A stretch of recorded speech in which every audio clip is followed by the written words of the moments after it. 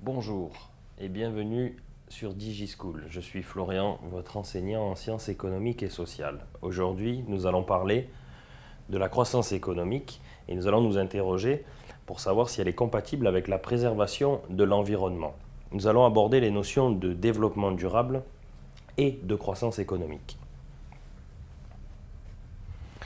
Alors, arrêtons-nous un instant sur cette notion de qu'est-ce que le développement durable. Le développement durable est un concept relativement récent puisqu'il est apparu en 1972 lors d'un rapport qui se nomme le rapport Brundtland.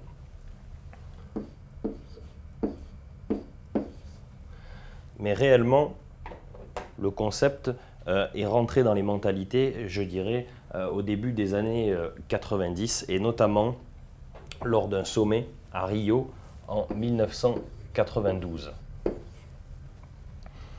Alors, le développement durable repose sur trois piliers essentiels. Le pilier social, le pilier économie et le pilier environnement. En termes de social, bien, il s'agit bien évidemment de satisfaire les besoins en santé, en éducation, en habitat et assurer une insertion par l'emploi. Sur le plan économique, créer des richesses et améliorer les conditions de vie matérielles. Sur l'environnement, préserver la diversité des espèces et les ressources naturelles et énergétiques. Ce concept repose bien sur trois piliers et il est très important que pour qu'un développement puisse traverser les générations, il soit bien en appui sur ces trois piliers. Si on enlève un pilier sur les trois, s'il n'y en a que deux, le développement peut être viable, vivable, mais en aucun cas il ne sera durable.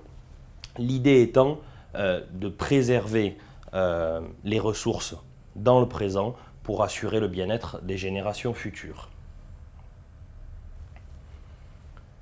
Nous allons voir deux théories. Deux théories s'affrontent par rapport au développement durable et à la croissance économique. Nous avons la théorie de la forte soutenabilité et la théorie de la faible soutenabilité.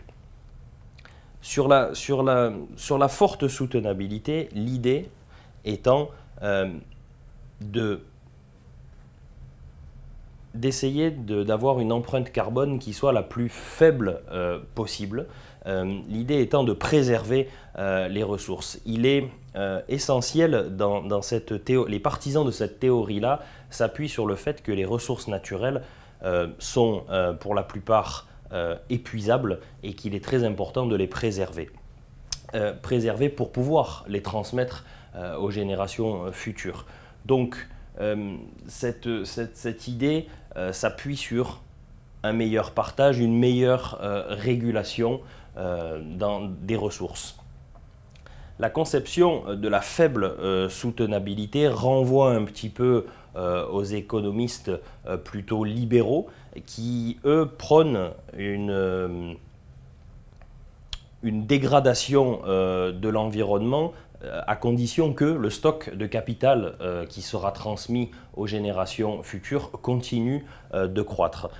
Pour ce faire, ils utilisent le progrès technique. Ils se basent essentiellement sur le progrès technique qui permet de pallier au manque de ressources.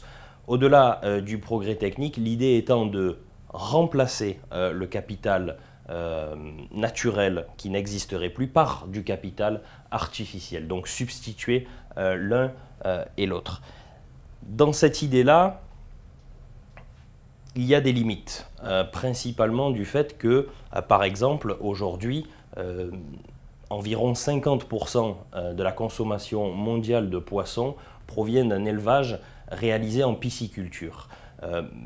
Les océans fonctionnent sur un écosystème, ce qui veut dire qu'à terme, si on remplace si on n'élève que des poissons dans des piscines, les poissons qui seront dans l'océan n'auront plus rien à manger et donc ce sera la disparition de certaines espèces.